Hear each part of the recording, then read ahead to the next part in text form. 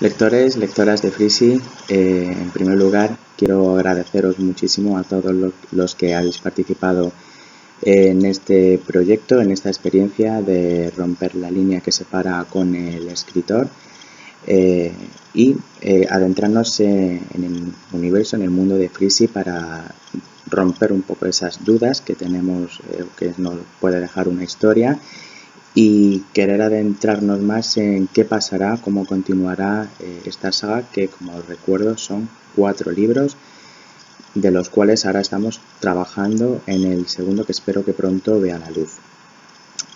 Quiero agradecer primeramente a todos los seguidores de las redes sociales, Twitter, Facebook, Instagram, que estéis ahí apoyando pues esta obra, esta gran aventura en la que estoy involucrado como escritor novel y que bueno, sin vosotros no tendría ningún sentido. A las personas de Facebook, que es sobre todo la red que más potencio, a 243 personas, si no me equivoco, que somos actualmente dentro de la página de Freezy, daros también las gracias por todos esos me gusta, comentarios y bueno, pues todas esas apariciones que hacéis ahí para leer los posts que vamos publicando sobre este personaje y esta historia. A las personas que habéis participado en la experiencia de romper la línea entre el escritor y el autor, que separa a veces un libro, también os quiero agradecer personalmente y quiero responderos a las dudas, preguntas, consultas que habéis realizado durante estas semanas atrás, pues para ir más allá de la historia y a la vez también deciros que todas esas preguntas me han servido de mucho para poder sacar un poco de historias secundarias y novedosas que van a formar parte de la saga. Por tanto, estáis haciendo historia dentro de la historia de Freezy. Vamos a comenzar con Ángela Martínez. Nos decía: a mí me gustaría saber algo acerca del padre del hijo de Roxanne. Quizás es algún personaje del internado, tal vez esto tenga algo que ver con el rechazo que le tenía o parecía tener. Bueno, pues Ángela, te cuento. El padre del hijo de Roxanne no es un personaje del internado, nunca en la historia de Freezy, en el primer libro no aparece, de hecho ni siquiera tiene ningún diálogo, aparece simplemente nombrado por ella en una parte en concreto de la historia, cuando ella cuenta algo relacionado con su pasado, y es un personaje que tampoco ha vivido en el internado como han podido vivir los adultos cuando han sido niños y han formado parte del engranaje del internado. Es un señor, es un hombre que está lejos, no tiene nada que ver con ese mundo. Podemos saber algo más de este personaje, cómo se llama, qué pasó con Roxanne, cómo la conoció, tal. Daremos algunas pinceladas en el tercer libro, que el tercer libro es el libro que cuenta el pasado y el futuro del internado, es un antes y un después. Entonces sí que conoceremos en el tercer libro muchas cosas, muchos detalles que se han quedado adrede estancados en Freezy para que luego pudieran continuar de otra manera y pudieran formar parte de la saga. Entre ellos está el, digamos, amante de Roxanne, el padre del hijo de Roxanne. Sí que sabemos cómo acabó, pero no sabemos cómo empezó esa historia y qué papel tiene. Lo vamos a ir viendo, pero vamos a tener que esperar un poco de tiempo hasta que lleguemos a esa tercera parte de la historia. La siguiente pregunta es de Sandra Bustos Murillo. Dice: a mí me gustaría saber algo de los padres de Freezy, si lo han buscado, si lo abandonaron y si es así, ¿por qué lo hicieron? Bueno, Sandra, pues es una pregunta, la verdad, bastante buena, bastante interesante. Los padres de Freezy, todo lo que es el pasado de Freezy, el origen de Freezy, de quién es Freezy, lo encontramos en esta segunda parte, este segundo libro en el que estoy trabajando ahora, Liberando 7 Mundos. Sí, te podría decir, tu pregunta está formada por varias partes. Me dice si ha sido buscado y si lo abandonaron. Digamos que sí ha sido buscado por sus padres, pero en las circunstancias en las que estaban no pudieron encontrarlo. Abandonado, diríamos más bien raptado, ¿de acuerdo? Con un propósito mayor. Digamos que dentro de ese rapto, Freezy estaba destinado a algo mayor, ¿de acuerdo? ¿Por qué lo hicieron? Pues porque tiene que cumplir un destino que está ya prescrito, en el que se ha aventurado, y es el que da origen a esta segunda parte, Librando 7 Mundos, que como ya sabéis algunos es un libro que continúa el primero, la historia de Freezy, pero cuyos personajes son otros. Nos adentramos en otro mundo totalmente distinto al que estamos acostumbrados a ver en la primera parte de la obra, pero vamos a seguir dando pinceladas de personajes del primer libro, y a la vez vamos a adentrarnos en la personalidad de nuestro protagonista, de Freezy, en los nuevos personajes que le van a ayudar a conseguir ese destino, que ya os podréis hacer una idea de qué se trata a través del título, Librando 7 Mundos, y bueno, encontraremos la razón de por qué Freezy acabó en el internado, quién lo llevó hasta allí y quiénes son sus verdaderos padres. María Rodríguez Martínez nos pregunta, mi pregunta va sobre Mirta. ¿Por qué le diste muerte tan rápido cuando era uno de los personajes, a mi parecer, con más fuerza? Mirta para mí fue un personaje misterioso que se quedó ahí medio sin resolver, con una muerte muy impactante. Bueno, pues María, es cierto que la muerte de Mirta es bastante impactante.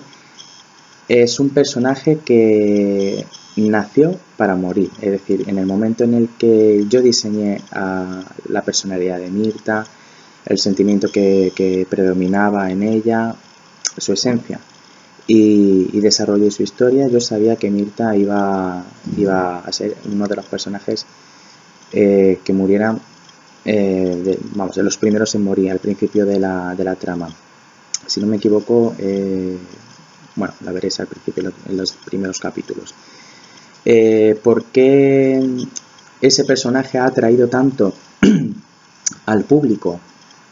Pues sinceramente pensaba que iba a pasar muchísimo más desapercibido, pero es que la historia de Mirta cobró vida justo cuando se diseñó esa muerte que tuvo en el libro, esa muerte tan violenta.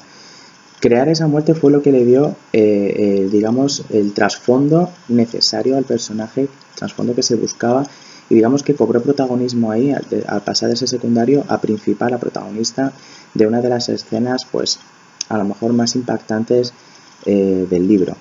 Entonces, creo que esa es la razón por la que al lector se le queda tan grabado la muerte de Mirta, pero sí te puedo adelantar, María, que vamos a volver a verla en futuras ocasiones. No te puedo avanzar más. Raquel P.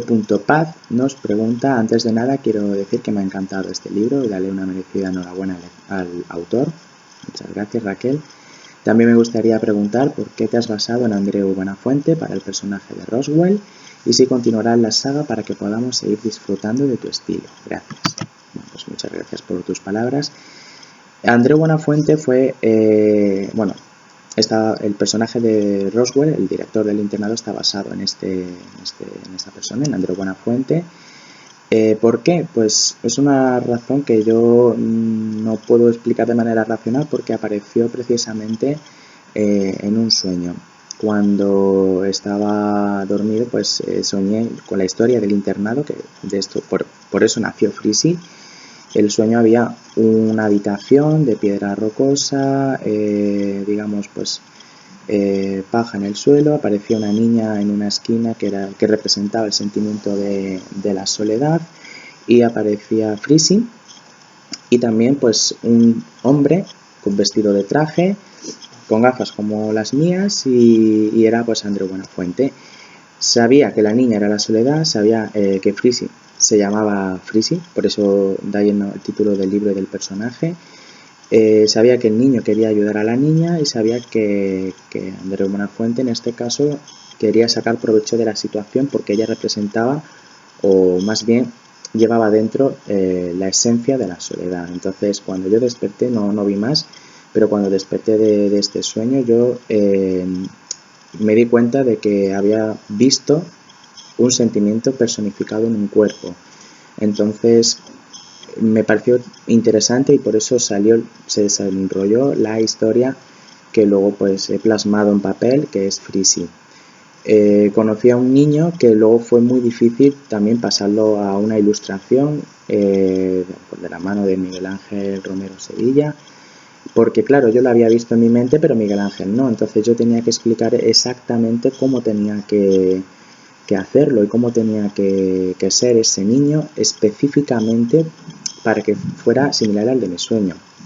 Y finalmente, basarnos en Andreu Buenafuente fue también una decisión que tomé porque, pues por esa razón que no podemos explicar del mundo de los sueños, que las cosas pasan porque sí, pues apareció y quise respetar su figura y bueno, pues también deciros que sí que nos hemos puesto en contacto con él, con la empresa con la que trabaja y bueno, hemos intentado pues mandarle un ejemplar del libro y que pues estuviera en conocimiento de que este personaje, con todo nuestro cariño, pues ha basado en él por esa participación dentro de la obra. Seguimos con el rincón de Melma, que nos pregunta: hola, pues mi pregunta va con respecto a los sentimientos. ¿Cuál fue el más difícil para poner rostro y plasmarlo en papel? Pues decirte que, bueno, Frisi fue, como os he comentado, muy complicado, pero yo creo que a lo mejor de los más complicados pudiera ser Christopher, que es el sentimiento del amor, porque bueno, representar un sentimiento en un cuerpo de niño es complicado. Hay que basarse mucho en técnicas de psicología, tanto pues de colores, formas, expresiones, hay que transmitir a través de una imagen, pues desde la ropa, complementos, objetos que puede llevar asociados ese personaje. Fueron darles muchas vueltas, incluso hasta los nombres específicamente están diseñados para cada personaje con alguna razón en concreto. Crear a Christopher, al sentimiento del amor, fue especialmente complicado porque estamos acostumbrados a ver reflejado el amor además de maneras también pseudo-infantiles, pues en personajes como Cupido, que ya lleva unos objetos, unos colores, unas técnicas de presentación. Entonces nosotros queríamos alejarnos totalmente de eso, queríamos hacer una concepción de un personaje que pudiera parecer a simple vista que se dudase entre si es un niño o una niña, ¿no? Para que no pareciera exactamente algo en concreto. Luego, evidentemente es un chico, pero queríamos también darle alguna particularidad al personaje y decidimos que fuera un personaje ciego, justamente para que no amara lo que veía, sino amara de corazón, con lo que sentía, con lo que le hacían transmitir las cosas. Al ser ciego tuvimos que darle un perro guía y nos pareció interesante este personaje del perro guía, que además se llama Teban, porque era precisamente lo que buscábamos, un ser vivo al que el amor pudiera volcar su esencia, su amor, porque el amor no puede quedarse en uno mismo, tiene que ser transmitido para que sea afectivo, porque si es amor a uno mismo, entonces estaríamos hablando de egoísmo. Por tanto, nos pareció la relación perfecta entre Christopher y Teban, el niño ciego, su perro guía, las conversaciones que tiene con él, que además son muy interesantes y hace al lector partícipe también de la historia del pasado de este personaje. Y bueno, pues yo creo que fue el más difícil y a la vez ha sido también uno de los más logrados. Jonathan Expósito Ortiz nos pregunta: bueno, pues a mí me gustaría saber ¿Cómo se mantiene un internado como el Estigia si está financiado con dinero privado de alguna sociedad secreta o con dinero público porque tiene alguna finalidad gubernamental? Bueno, pues Jonathan ha saltado del primer al tercer libro, como os decía, porque en el tercer libro se explica todo el origen y el pasado y la fundación de este internado. No quiero desvelar muchos detalles del primero para aquellos que todavía no hayáis llegado al final, pero sí deciros que se cuenta un poquito, ¿no?, de quién era el antiguo director del internado y cómo luego Roswell ocupó ese lugar. Si os puedo responder, en este caso a ti en concreto, Jonathan, a esta pregunta al decirte, el internado recibe una subvención pública, digamos, porque estaba fundado como un internado. O sea, de cara al gobierno, por decirlo así, es un internado normal donde pues los niños están allí esperando pues tener una vida mejor fuera de este lugar, ¿no? Pero sí se deja abierta la posibilidad de, si ese internado, porque sabemos que es un internado especial donde todos los niños son sentimientos, ¿es solamente ese internado o este internado es la punta de un iceberg de una red secreta que existe con alguna intención? Esta duda, más o menos por la entonación de mi pregunta sabréis por dónde va. No puedo responderla de manera fehaciente, pero sí puedo indicar que va a ser una de las preguntas más interesantes que se van a resolver en el tercer libro. Ya está, puedo leer, Jonathan. De todas formas, Jonathan nos sigue preguntando y nos dice, buenas, quizás este es un detalle tonto, pero me gustaría saber por qué todos tus personajes tienen un solo nombre de pila, menos Justin Nordahl. Quizás tiene alguna trascendencia futura este personaje o es mera coincidencia. Bueno, Jonathan, pues esta pregunta es bastante tan buena porque Justin Nordahl es un personaje cuyo nombre se lo dieron además los internautas, las personas que antes de que Freezy naciera como físicamente en un libro, cuando estuvimos en la parte de creación con el personaje, yo tenía y tengo un blog que se llama La Gaceta del Juglar, donde yo, pues, entre otras cosas, hablé de algunos de los personajes, del proceso de creación de los personajes. E invité a la gente que leía el blog a que le diera personalidad a Justin Nordahl, que es el ladrón de pasiones. Más que personalidad, que le diera nombre al personaje. Entonces, entre los internautas se propusieron ciertos nombres, se propusieron apellidos, se propusieron sobrenombres, y yo pues avisé de que el nombre que más me gustase para el personaje tendría como trato o acuerdo el que esa persona que lo hubiese dado formará parte de los agradecimientos del libro. Y así hice. Justin Nordahl, Justin se lo dio una chica, es María Rodríguez, y Nordahl lo dio un chico que es José Fidel del Amo, con la intención de que, leído al revés, Nordahl significa ladrón. Entonces me pareció un nombre bastante apropiado y por eso forma parte del libro y por eso es el único personaje que tiene un nombre y un apellido. Nos vamos a la pregunta de Carmen Luede. Nos dice, hola, mi pregunta sobre Henry, me gustaría saber si es un personaje esporádico que sirve únicamente para la trama final o es más relevante y si así fuera, si jugará un papel importante en el segundo libro. Gracias.